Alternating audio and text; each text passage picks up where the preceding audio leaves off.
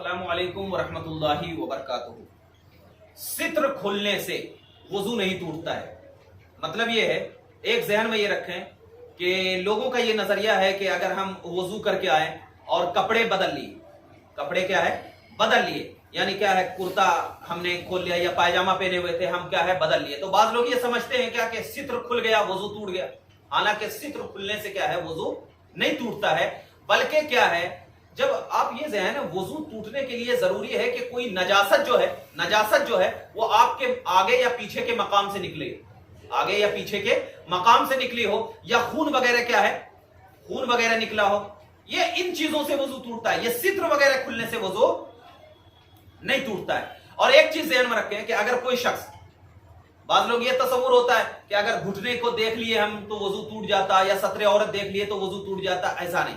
अगर कोई शख्स जो है नंगा ही नहा रहा है, बरहना कोई शख्स गुस्ल खाने में अगर नहा लिया उसने, गुस्ल खाने में अगर कोई शख्स नहा लिया उसने और नहाने के बाद उसने वजू भी नहीं किया और उसी हालत में क्या है, उसी हालत में वो क्या है जाकर के कपड़े पहन लेता है और उसी सूरत में क्या है नमाज पढ़ लेता है, तो उसकी नमाज हो जाएगी।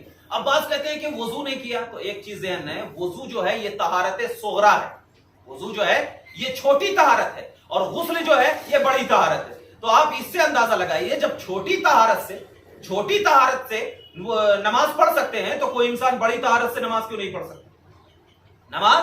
पढ़ सकता?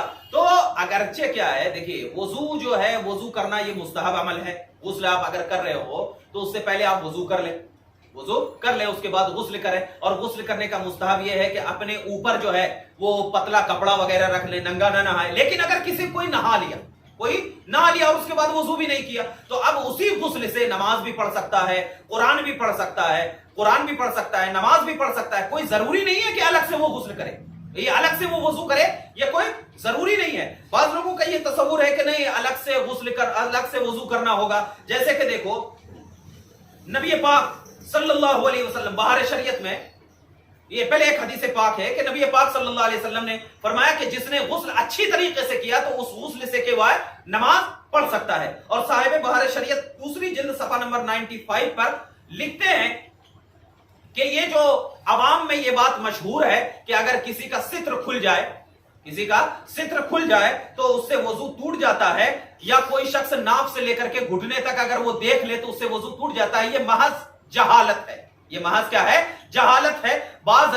मैंने कई लोगों से सुना है, कई लोगों से बोलते हुए सुना है, उन्होंने कहा कि मुझे बाज लोगों ने बताया, मैं नाम नहीं लेना चाहता, उन्होंने कहा कि बाज लोगों ने मुझे बताया है कि अगर कोई घुटना देख ले या सित्र देख ले या नाफ देख ले या अपने मकाम को देख ले तो उससे क्या है वजू टूट जाता है। हालांकि उनका ये नजरिया जो है ये बिल्कुल बातिल है, ये जहालत है। फुक़हाए किराम के नजदीक वजू को जो तोड़ने वाली चीजें हैं वो ये है कि आगे और पीछे के मकाम से कुछ निकले, या खून क्या है ऐसी जगह जहां पे वजू में धोना फर्ज है, अगर हाथ वगैरह जैसे कि कोहनी समेत धोना फर्ज है, तो अगर यहां से खून निकला और बह गया, खून निकला और क्या है बह गया, और बह करके ऐसी जगह बह गया जहां पर क्या है वो धोना फर्ज होता है, तो फिर उस जगह से क्या है वजू टूट जाता है। या खून नाक से निकल गया और बह गया, खून नाक से, या हवा का खुरूज हो गया, या जख्म था पीप भर गया और वो बह गया, तो इन सब सूरतों से क्या है वजू